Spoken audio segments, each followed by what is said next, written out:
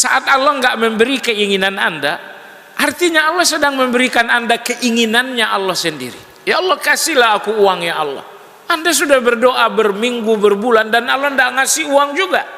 Kalau Allah nggak ngasih keinginan Anda, berarti Allah sedang ngasih Anda keinginannya sendiri. Dan keinginan Allah itu tentu lebih baik daripada keinginan kita. Kenapa? Keinginan kita hampir semuanya menggunakan standar hawa nafsu. Dan keinginan Allah semuanya menggunakan standar hikmah. Bismillahirrahmanirrahim. Assalamualaikum warahmatullahi wabarakatuh.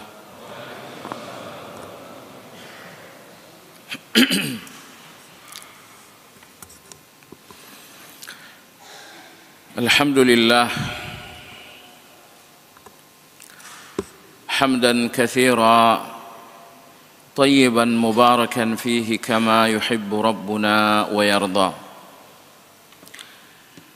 Wa ashhadu an la ilaha illallah wahdahu la syarika lah. Wa ashhadu anna Muhammadan abduhu wa rasuluhu la nabiyya ba'dah. Allahumma salli wa sallim ala Muhammad wa ala alihi wa ashabihi wa man ihtada bihadyihi ila yaumiddin.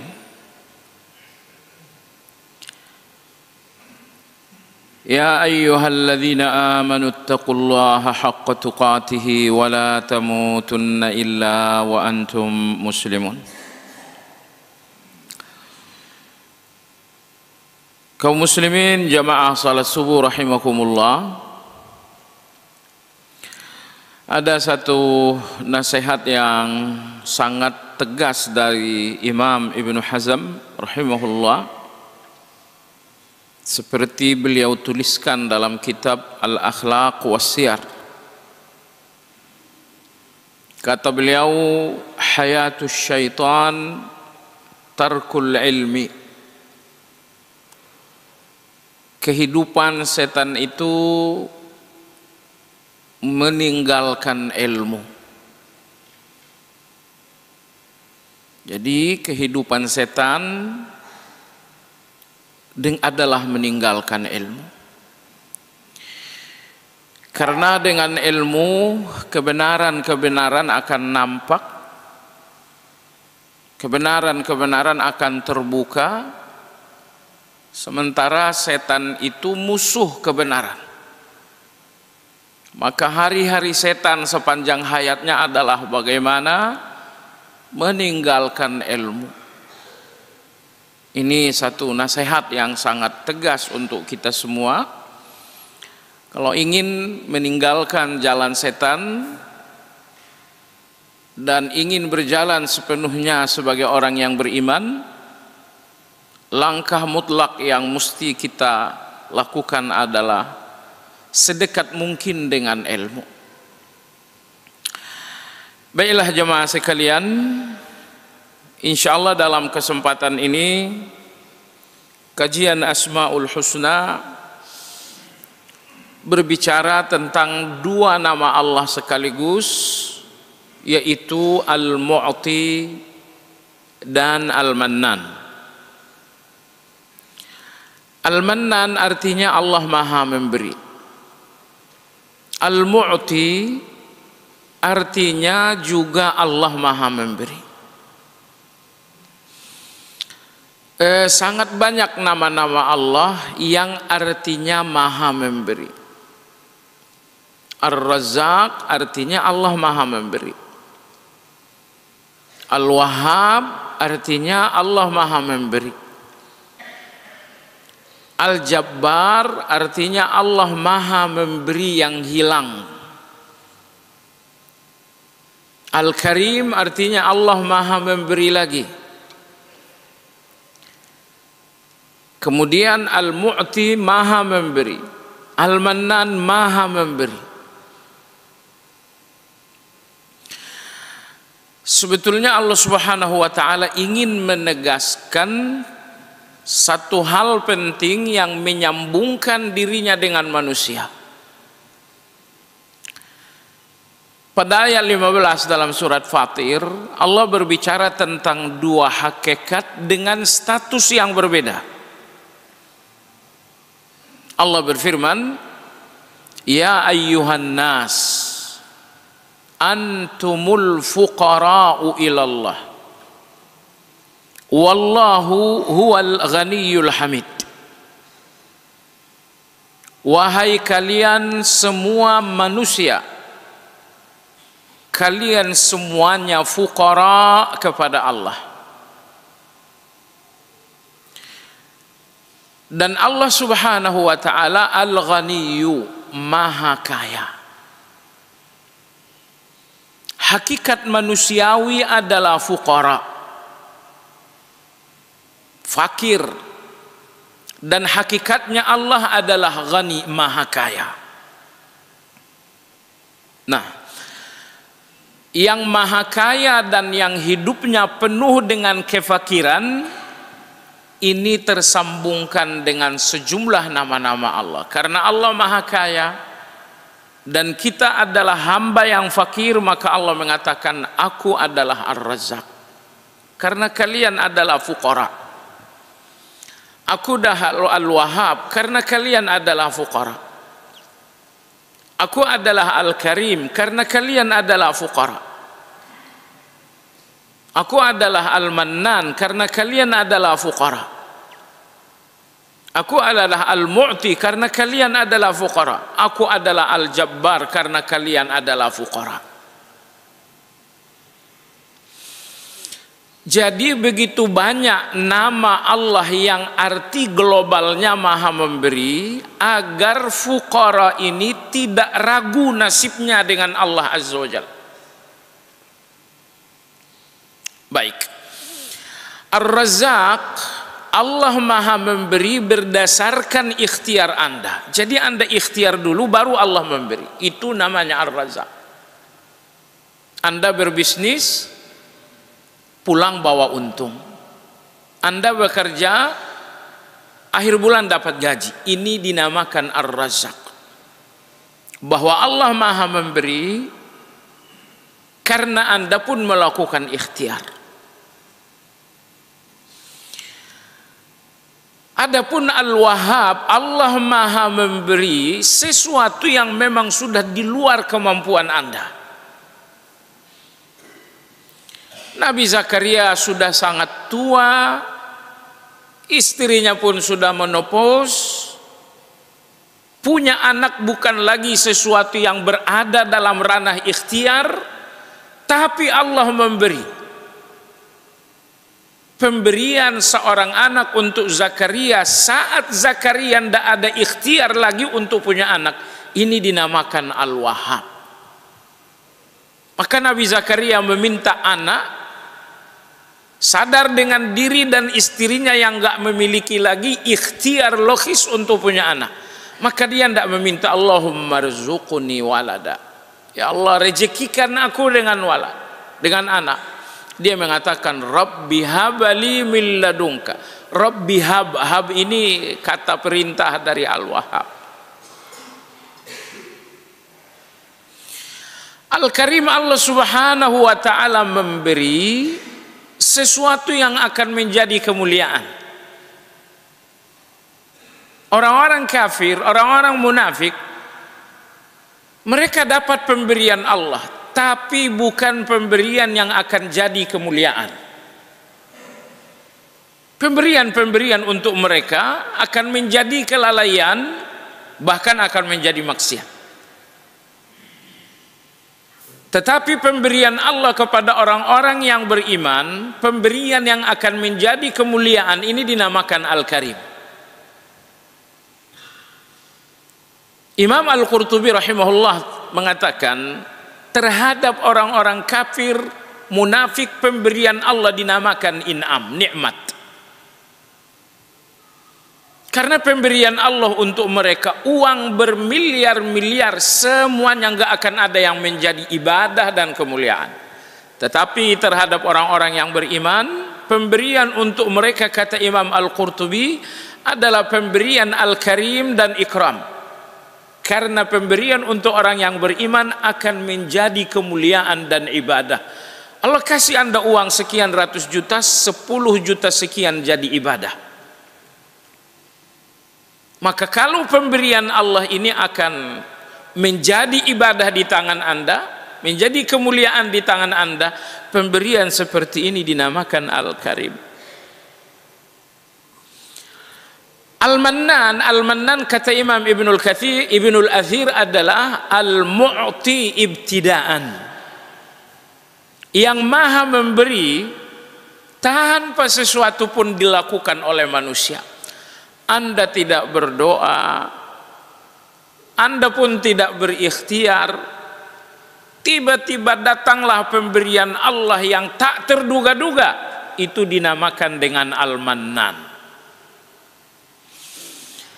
Lalu ada juga pemberian Allah Al-Jabbar. Al-Jabbar ini adalah pemberian Allah untuk sesuatu yang hilang dari Anda. Seseorang hilang penglihatan, dia buta, maka Allah berikan ia daya ingat yang sangat luar biasa. Seseorang hilang anak yang pertama, tiba-tiba Allah berikan anak kedua yang luar biasa. Semua pemberian Allah dalam rangka menambal atau mengganti, ini dinamakan Al-Jabbar. Jadi Anda nggak usah terlalu baper dengan sesuatu yang hilang. Nggak usah gelisah berlebihan dengan sesuatu yang pergi. Sepanjang yang pergi itu Anda sikapi dengan iman Anda, bukan dengan perasaan Anda, maka Allah menamakan dirinya Al-Jabbar. Aku maha menambal. Akan kutambal takut kalian dengan ketenangan. Akan aku tambal kurang kalian dengan kecukupan. Akan aku tambal sakit kalian dengan kesembuhan. Akan aku tambal hilang kalian dengan ganti. Itulah Al-Jabbar. Saat duduk di antara dua sujud, Anda meminta jabbarnya Allah ketika Anda mengatakan wajaburni, ya Allah, tamballah aku,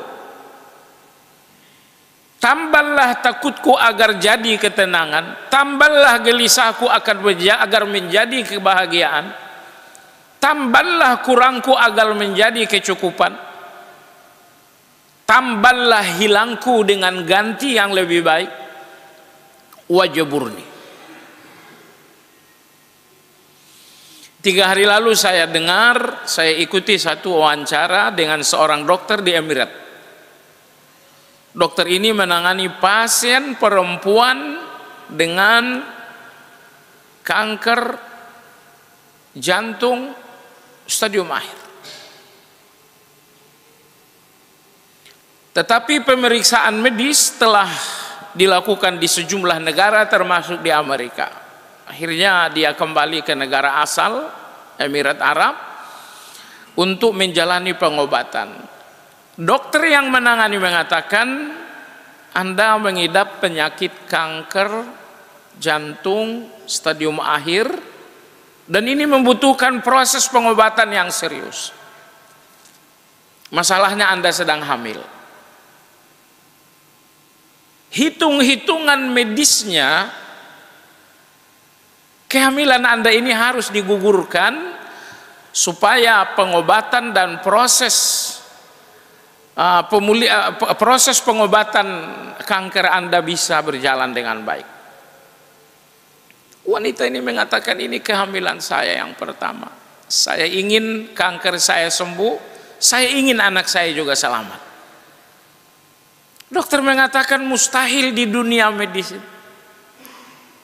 bahwa kita harus ngobatin kankermu, tapi ini membahayakan janinmu sehingga harus digugurkan. Wanita ini mengatakan, dokter jalankan saja tugas Anda untuk kanker saya. Soal keselamatan janin dalam kandungan saya akan minta keselamatan itu kepada Allah. Berjalan 4 bulan, kemudian dilakukan pemeriksaan secara komprehensif. dan hasilnya mengagetkan, kankernya nihil, janinnya sehat. Dilakukan lagi pemeriksaan dengan hasil yang sama juga. Dokter mengatakan ada ilmu yang dokter-dokter tidak tahu. Semua keterangan dokter berdasarkan ilmu mereka secara medis, tapi ada ilmu lain yang dokter nggak tahu. Pertanyaan saya, apa doa kamu? Keajaiban ini nggak mungkin keajaiban secara medis, keajaiban ini non medis. Apa doa kamu? Dia berdoa dengan nama Allah Al-Jabbar. Allahumma ya Jabbar, ujburni jabaran yata'ajjabu minhu ahlus sama'i wal ard. Wahai engkau yang maha menambal, tamballah segalanya tentang diriku. Tamballah jantungku dengan kesembuhan, tamballah kankerku dengan kepulihan, dan tamballah janinku dengan keselamatan. Allahumma ya Jabbar ujuburni. Wahai yang maha menambal, tamballah aku. Jabaran yata'ajjabu minhu ahlus sama'i wal ard. Tapi dengan tambalan yang membuat penghuni langit dan bumi terkejut. Baik. Jadi itulah Al-Jabbar.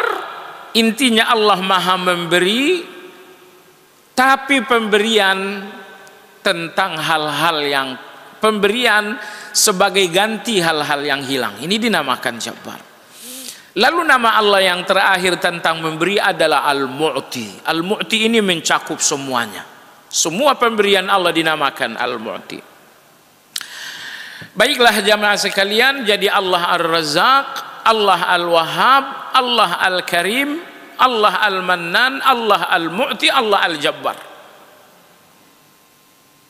Demikian banyak nama-nama Allah untuk pemberian-pemberian yang beragam, agar fuqara ini merasa aman dengan kekayaan Allah.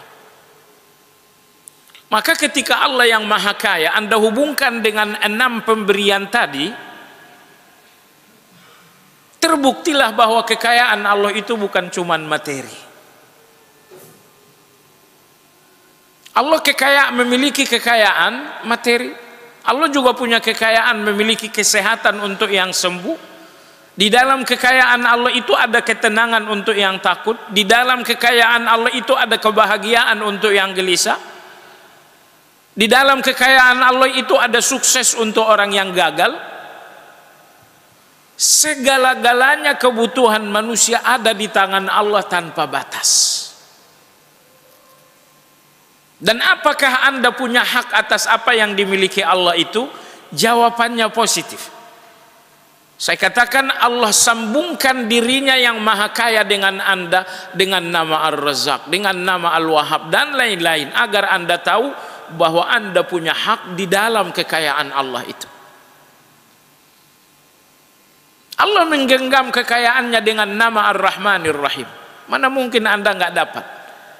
Allah menggenggam kekayaannya dengan namanya Al-Mannan, Maha Memberi. Mana mungkin Anda kecewa? Baiklah. Jemaah sekalian, kita kaji nama Allah Al-Mannan dan Al-Mu'ti. Kedua nama ini tidak ada dalam Al-Quran sebagai nama, tetapi keduanya ada di dalam Al-Quran sebagai kata kerja. Al-Mu'ti misalnya Allah berfirman, Inna a'tainakal kawthar. A'tainaka kata kerja, kata sifatnya adalah Al-Mu'ti. Al-Mannan sebagai nama dengan kata Al-Mannan tidak ada dalam Al-Quran. Yang ada adalah kata kerjanya Al-Mannan, banyak sekali dalam Al-Quran. Misalnya Allah Subhanahu wa taala berfirman, laqad manna Allahu 'alal mu'minina idz ba'atsa fihim rasula. Sungguh Allah telah berikan al-man, anugerah kepada orang beriman ketika Allah utuskan kepada mereka rasul dari kalangan mereka. Jadi Al-Mannan dalam bentuk Asmaul Husna, Al-Mu'ti dalam bentuk Asmaul Husna tidak ada dalam Al-Quran. Tapi kata kerja Al-Mu'ti dan Al-Mannan itu banyak sekali dalam Al-Quran. Maka nama Allah Al-Mannan dan Al-Mu'ti adanya di dalam hadis Nabi secara tegas. Dalam riwayat Imam Abu Dawud dari Anas bin Malik radhiyallahu anhu, kata Anas bin Malik, Nabi sallallahu alaihi wasallam suatu saat duduk di masjid.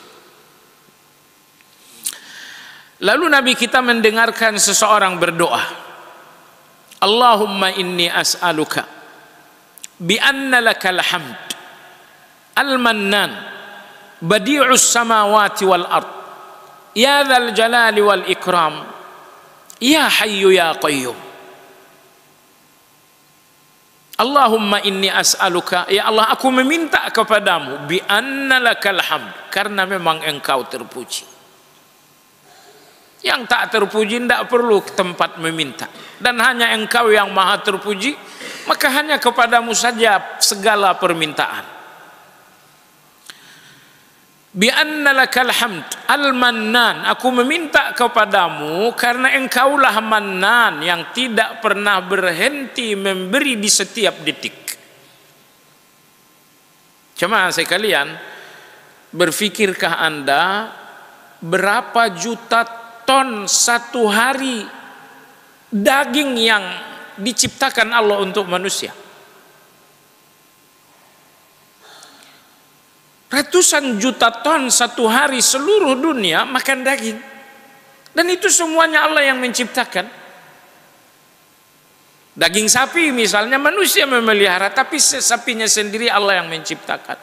Makanan sapinya pun Allah yang menciptakan. Yang menyehatkan sapinya pun Allah yang menciptakan. Baik jemaah sekalian yang saya hormati, Al-Mannan, aku meminta kepadamu karena engkaulah Al-Mannan yang maha memberi, yang pemberianmu enggak pernah berhenti di setiap detik waktu. Badi'us samawati wal ard, aku meminta kepadamu karena engkau pencipta langit dan bumi. Engkau pencipta langit, pencipta bumi, dan keinginanku tidak keluar dari langit dan bumi itu. Demikian mudah bagimu menciptakan langit dan bumi, tentu lebih mudah bagimu permintaanku. Ya dzal jalali wal ikram, aku meminta kepadamu karena engkaulah yang memiliki keagungan dan memiliki pemberian. Ya hayyu ya qayyum, aku meminta kepadamu karena engkau maha hidup dan maha mengurus. Inilah pengantar doa disampaikan laki-laki itu dan terdengar oleh Nabi sallallahu alaihi wasallam. Mendengarkan pengantar doa ini, Nabi kita alaihi salatu wasallam bersabda, laqad da'allaha bismihil azim. Laki-laki ini telah meminta kepada Allah dengan nama keagungan Allah. Anda kalau minta dengan Pak Prabowo misalnya, lalu Anda sebut nama ujungnya saja, nggak dapat apa-apa.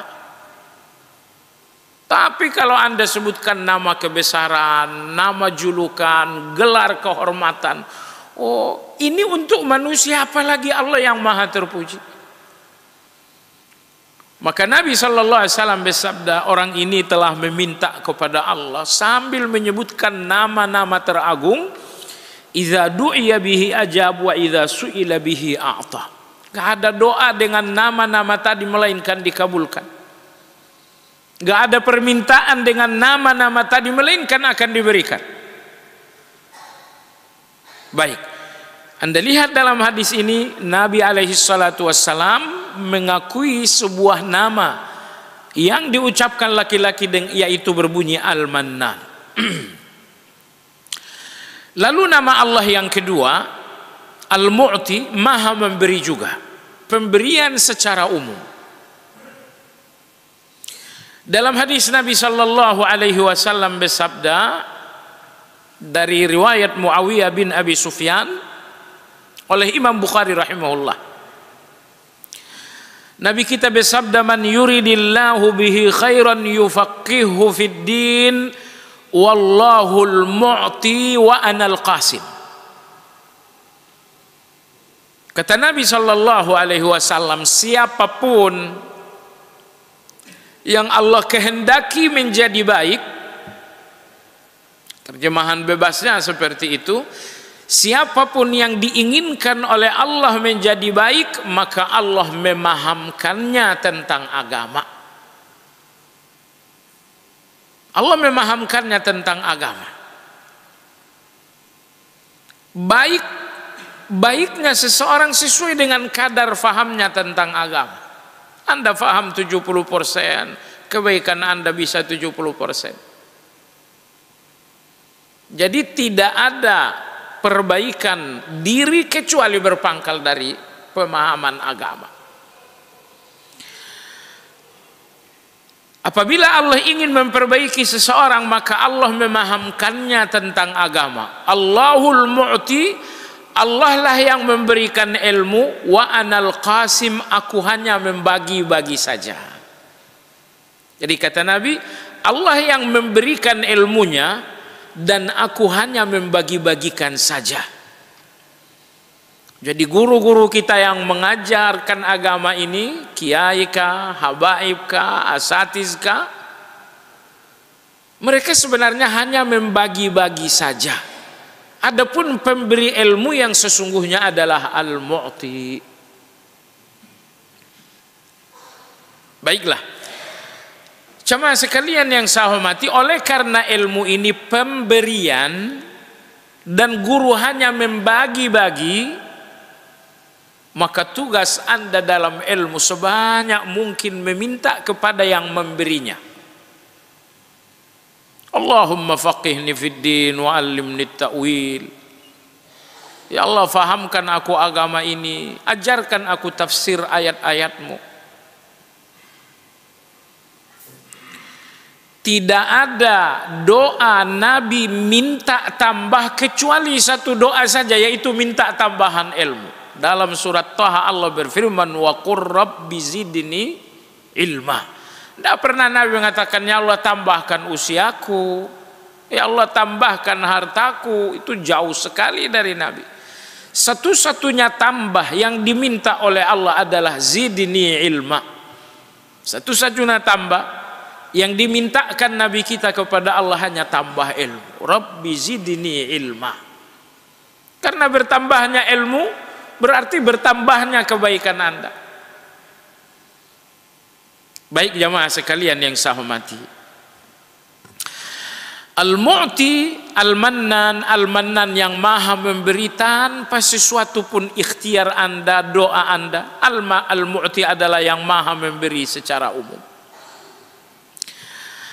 Apa keimanan-keimanan kita dan ibadah-ibadah kita sehubungan dengan nama Allah al-mannan dan al-mu'ti? Keimanan dan ibadah yang pertama jamaah sekalian, al-iman wal-i'tiraf. Wajib berkeimanan bahwa Allah subhanahu wa ta'ala maha memberi. Betapapun Anda melihat hidup Anda tidak seberuntung orang lain secara duniawi, namun Allah tetap maha memberi. Meskipun doa-doa telah dilangitkan berbulan-bulan dan Allah belum memberi, namun tetap saja Allah maha memberi. Tetap saja Allah subhanahu wa ta'ala maha memberi. Karena Allah maha memberi jamaah sekalian, saat Allah tidak memberi sekalipun Allah sedang memberi. Karena memang Allah itu maha memberi. Meskipun kasat matanya Allah tidak sedang memberi, namun Allah memberi. Pengertiannya bagaimana? Saat Allah nggak memberi keinginan Anda, artinya Allah sedang memberikan Anda keinginannya Allah sendiri.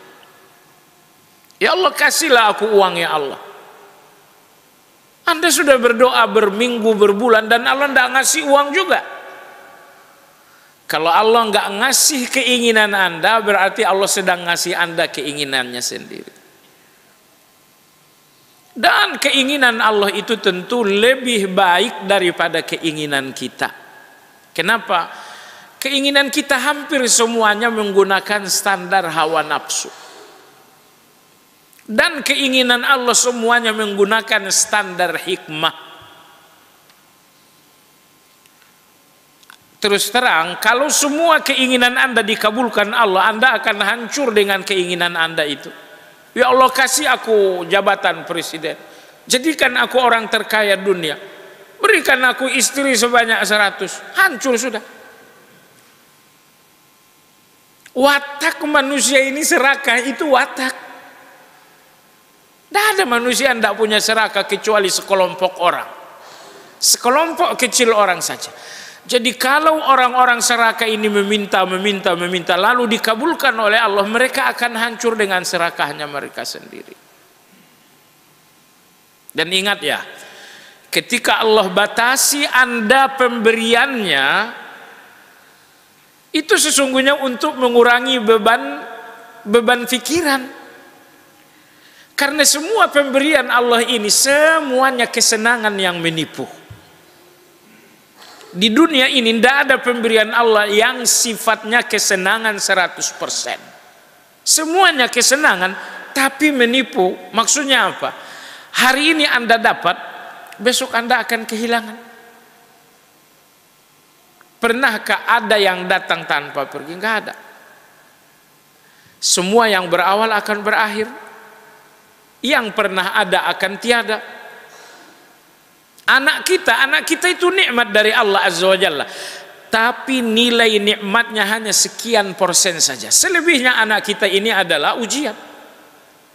Saya punya anak, itu nikmat. Ketika anak saya bandel, ujian. Pulang sekolah nilai merah, ujian lagi. Dia sakit, ujian lagi. Dia gagal dalam kuliah, ujian lagi.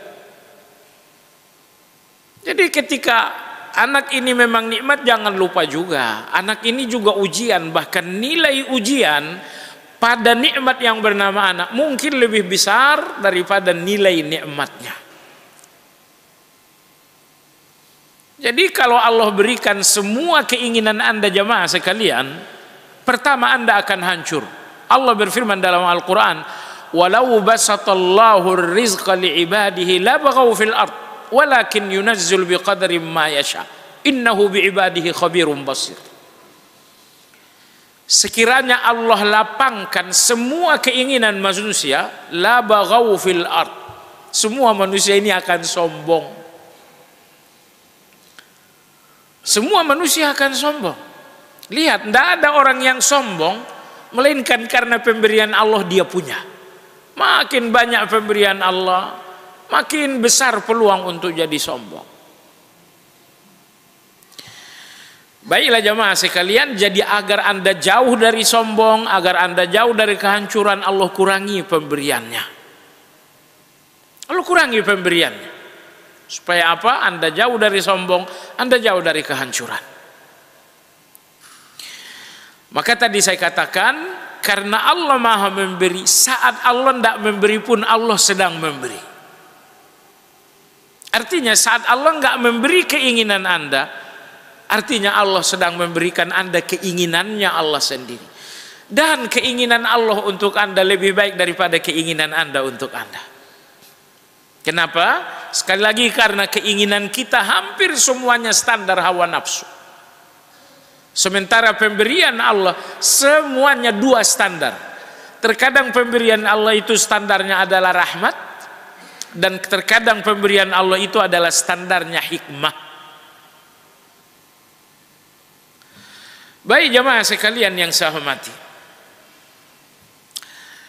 Bani Israel mereka selama 40 tahun bersama Musa dan Harun alaihi wassalam tersesat di Gunung Sahara. Allah meminta agar mereka membebaskan Palestina. Palestina dari dulu sampai kiamat tidak bebas dengan perdamaian. Dari dulu sampai kiamat, bebasnya Palestina dengan darah. Maka Palestina yang saat itu dikuasai oleh Bukhtanasar, oleh Allah diperintahkan, wahai Musa, wahai Bani Israel, bebaskan Palestina. Tapi Bani Israel mengatakan, Musa, idhhab anta wa rabbuka faqatila inna hahuna qa'idun. Musa, kamu punya Tuhan kan? Ajak Tuhanmu membebaskan Palestina, kami duduk menunggu, nanti kalau udah selesai kami datang. Oh, karena jawaban yang sangat berani ini, akhirnya Allah kutuk mereka, yatihuna fil ard, tersesat di Sahara selama 40 tahun. Bukan 40 hari, 40 tahun. Kenapa 40 tahun? Watak perlu berubah. Bani Israel wataknya nggak berubah kecuali dengan berubahnya generasi. Mati dulu orang-orang ini sehingga muncul generasi baru. Nabi Musa alaihissalam wafat, Harun alaihissalam wafat, sehingga yang muncul adalah muridnya Nabi Musa. Orang-orang ini semuanya Bani Israel pun wafat, sehingga yang muncul adalah anak-anaknya. Baru kemudian Palestina dibebaskan dengan jihad. Hubungannya dengan kajian kita, ketika 40 tahun mereka tersesat di tengah Sahara. Mereka tersesat karena dosa mereka sendiri, tapi Allah itu maha memberi. Walaupun dengan dosa-dosa pemberian, Allah tidak berhenti. Betapa enggak santunnya kalian kepada Musa. Kalian aku hukum dengan tersesat 40 tahun, tapi walau kalian dihukum pemberianku tidak berhenti. Selama 40 tahun mereka tersesat, Allah memberikan mereka makanan. Apa itu? Wa anzalna alaikumul manna wassalwa. Aku berikan kalian makanan manna. Satu lagi salwa. Salwa itu daging burung. Daging burung bagi Anda laki-laki perlu. Ya, ingat di surga daging yang disebutkan Allah dalam Al-Waqiah juga daging burung. Walahmi tayrim mimma yashtahun wa hurun in. Daging burung, hurun in, bidadari. Kok digandengin? Cari saja jawabannya. Jadi Bani Israel 40 tahun di tengah Sahara, apa makanan untuk mereka? Al-manna. Manna ini dari nama Allah Mannan. Allah adalah Al-Mannan, makanan istimewa untuk mereka dinamakan Al-Manna. Apa itu? Sejenis umbi-umbian, tidak ditanam tapi muncul begitu saja. Nabi kita bersabda dalam hadis sahih, al-kam'atu minal man wa huwa shifaa'un lil 'ain. Kata Nabi, umbi kam'ah itu bagian dari manna yang Allah berikan kepada Bani Israel. Kata Nabi SAW, tidak ada obat penyakit mata paling ampuh melebihi perasan umbi kam'ah ini. Umbi kam'ah adalah bagian dari manna. Tidak ada obat mata paling bagus lebih dari perasan umbi yang bernama umbi manna. Kalau Anda ke Arab, tidak ada yang tahu ubi kam'ah. Ke negeri Arab manapun nggak ada yang tahu. Kenapa? Karena mereka menyebutnya dengan bahasa faga. Mereka menyebutnya faga. Anda kalau pergi ke Aljazair misalnya, saya beli kam'ah, nggak ada yang tahu. Saya beli manna, beli baru ada. Ya mungkin harganya per kilo sekian juta. Harganya super mahal. Ajaib. Kalau sudah terjadi peralihan musim, musim panas beralih musim dingin, itu tiba-tiba pasir Sahara tiba-tiba menonjol. Begitu digali ternyata ada semacam kentang. Nggak ada yang nanam, nggak ada bibitnya, tiba-tiba muncul saja. Ini yang dinamakan dengan faga ataupun kam'ah itu. Kata Nabi SAW, umbi kam'ah salah satu manna yang Allah berikan kepada Bani Israel. Baiklah jamaah sekalian, jadi Allah Al-Mannan, makanan ajaib Allah berikan kepada Bani Israel adalah manna, ini pengganti nasinya. Salwa adalah lauknya. Salwa itu adalah daging burung. Minumnya apa Bani Israel? Minumnya mereka menggunakan tongkat Nabi Musa. Kalau sudah haus, Nabi Musa pukulkan tongkatnya ke batu, kemudian mereka minum.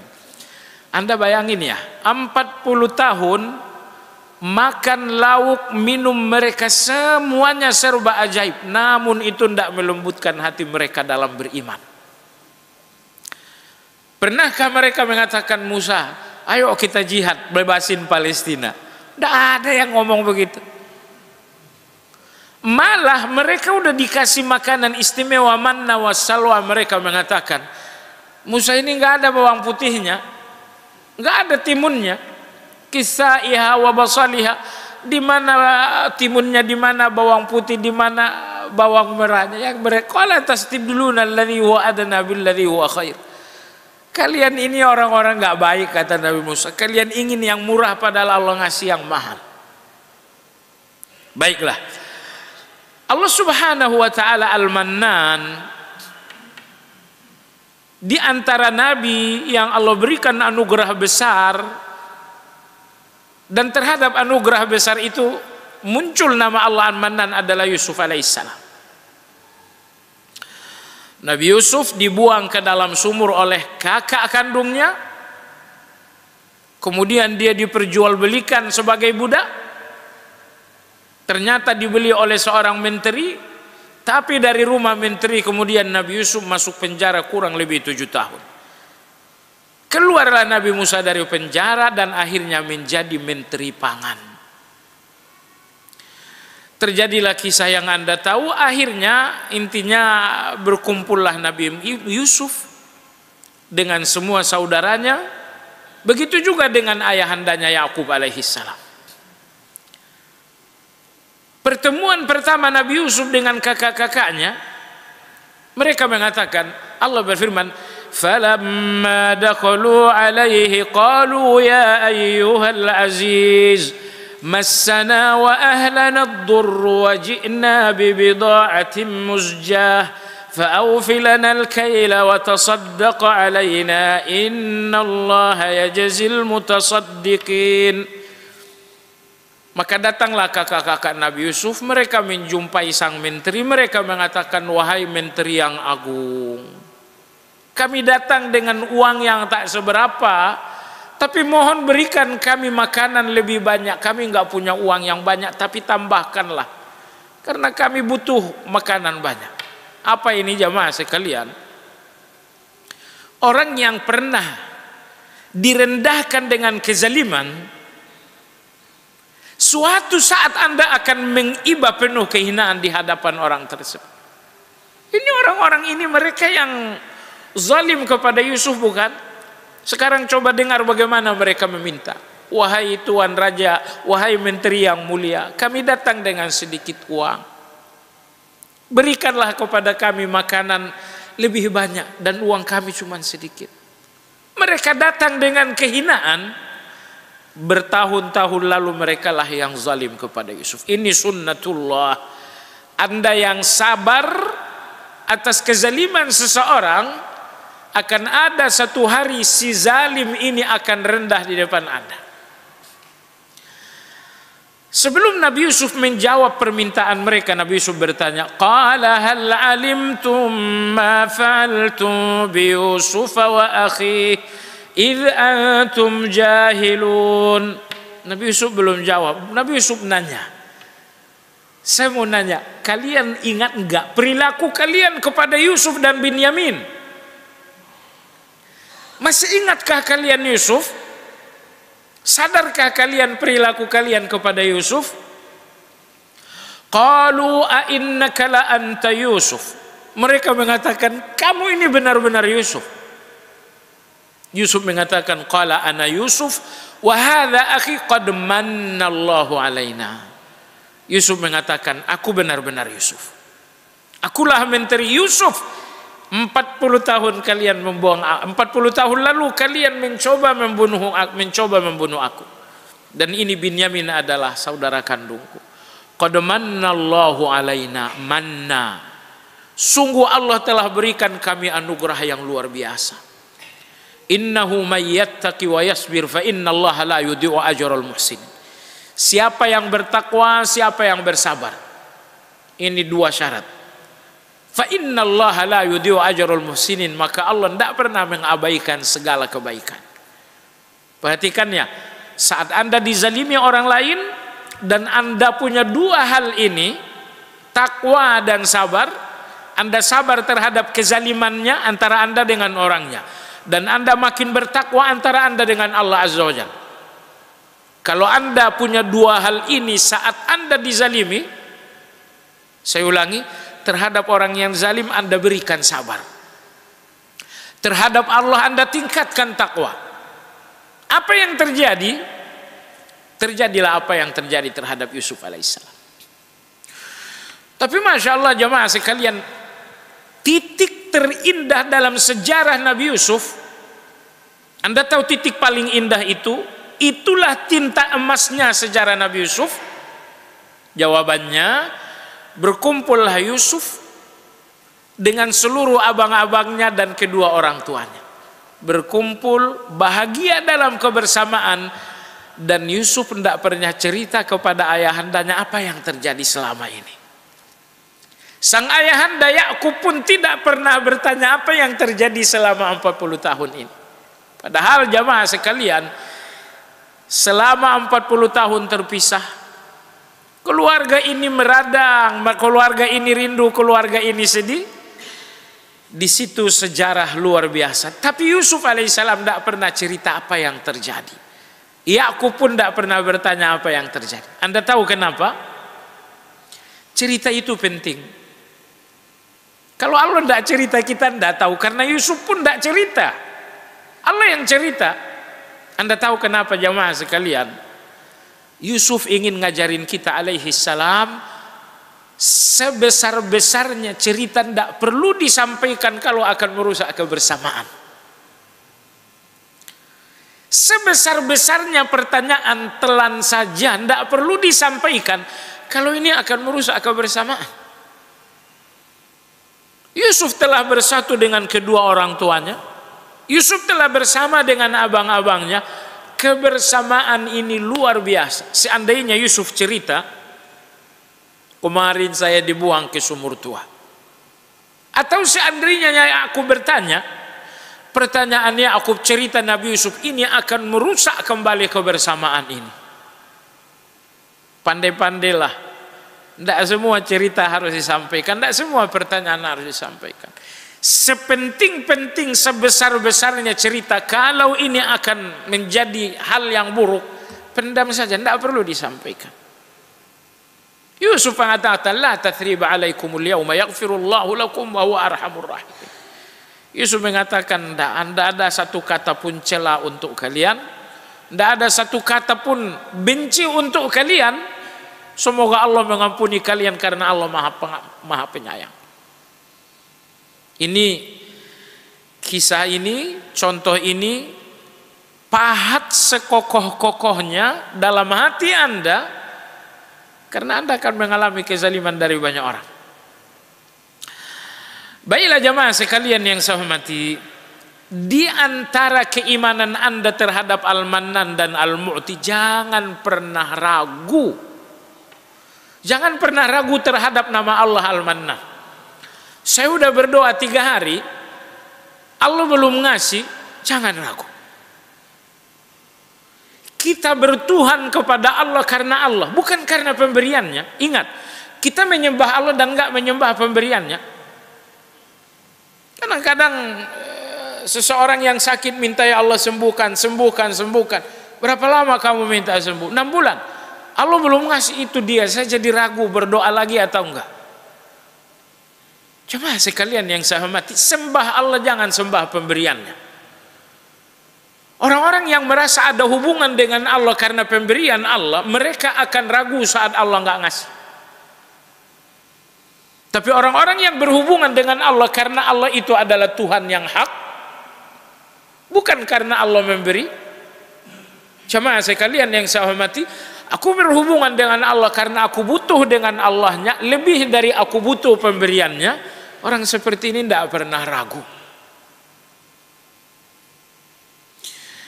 Al-Hadid ayat 14, di situ Allah sebutkan ada 5 penyakit orang munafik. Saya sebutkan penyakit yang kedua, wartabtum. Kalian munafik ini dinamakan munafik karena kalian sangat ragu-ragu dalam bertuhan. Allah Ar-Razzaq kalian ragu hanya karena Allah belum ngasih. Allah Asy-Syafi Maha menyembuhkan kalian ragu hanya karena kalian masih sakit. Allah An-Nasir Maha menolong kalian ragu hanya karena kalian masih terlilit hutang. Keraguan-raguan kita tentang nama-nama Allah ini adalah salah satu cabang kemunafikan, waliyahzubillah. Anda tahu jamaah sekalian, yakin Anda tentang Allah itu bukan soal bukti, bukan soal logis atau enggak logis, tapi ini soal hati yang kotor. Penjelasannya begini. Anda pernah lihat setan, hantu? Enggak, tapi Anda yakin ada hantu itu. Kenapa orang-orang ini enggak melihat Allah lalu mereka ragu Allah itu ada? Anak-anak muda, anak SMA, anak kuliahan, mereka ragu sekali adanya Allah karena enggak melihat Allah, tapi mereka yakin adanya setan padahal sama-sama enggak terlihat. Ada apa ini? Nomor 2. Dokter memberikan vonis penyakit Anda bla bla bla. Anda nggak ngerti sedikit pun penjelasan itu, namun Anda yakin. Tapi Allah berkata kepada Anda, fa inna ma'al usri yusra. Anda ragu. Allah berkata kepada Anda, wa idza maridtu fahuwa yashfin. Kalau sakit Allah sembuhin. Anda ragu. Allah berfirman, ud'uni astajib lakum, berdoalah aku kabulkan. Anda ragu. Evaluasinya, saya nggak lihat setan, saya yakin. Saya nggak lihat Allah, kenapa saya ragu? Dokter bicara, saya yakin. Allah bicara, kenapa saya ragu? Jawabannya jamaah sekalian, yakin kepada selain Allah itu bukan ibadah, sehingga mudah untuk yakin kepada selain Allah. Tapi yakin kepada Allah itu ibadah, sehingga butuh hati yang bersih untuk bisa yakin kepada Allah. Yakin kepada Allah nilainya ibadah, maka yakin itu enggak akan ada di dalam hati yang kotor. Jadi kalau Anda berpikir, kenapa saya ragu terhadap ayat fa inna ma'al usri yusra? Bukan soal belum ada bukti, enggak. Ini soal hati yang kotor saja. Saya kasih tahu. Berkumpullah orang kafir Quraisy di Mina di malam purnama. Mengetahui ada perkumpulan, Nabi kita datang untuk menyampaikan Islam. Quraisy mengatakan, Muhammad, kami akan yakin dengan agamamu, kami akan yakin dengan status rasulmu, tapi bulan purnama itu kau belah dulu jadi 2. Nabi minta tolong kepada yang maha mampu segala-galanya. Kemudian Allah berikan isyarat ke langit. Bulan yang utuh jadi purnama tiba-tiba terbelah 2, masing-masing menjadi sabit. Pertanyaan, bukti yang mereka minta terpenuhi tidak? Mereka yakin tidak? Maka saya katakan, yakin kepada Allah itu bukan soal bukti. Sejelas-jelasnya bukti, Anda nggak mungkin, boleh jadi Anda tetap nggak yakin kepada Allah. Karena yakin kepada Allah ini bukan soal bukti, bukan soal logis, tidak logis. Ini soal hati Anda bersih atau tidak. Kalau hati udah kotor, sejelas-jelasnya bukti nggak akan menjadi keyakinan. Firaun diyakinkan oleh Nabi Musa. Tanda 1, mukjizat 2, mukjizat 3. Entah berapa mukjizat di depan Firaun, kasat mata dinampakkan oleh Musa alaihissalam. Namun sejelas-jelasnya fakta keyakinan tetap saja Firaun tidak yakin. Oleh sebab itu, sepanjang hati ini tidak dibersihkan, hati ini tidak bisa menjadi tempatnya keyakinan. Anda berdoa, Allahumma, Allahumma, Anda nggak yakin dengan doa Anda itu. Anda istighfar, Anda nggak yakin dengan istighfarnya Anda itu. Saya cuma ingin katakan kepada Anda jamaah sekalian, Anda berdoa Anda ragu, Anda meminta Anda ragu, Anda berlindung Anda ragu.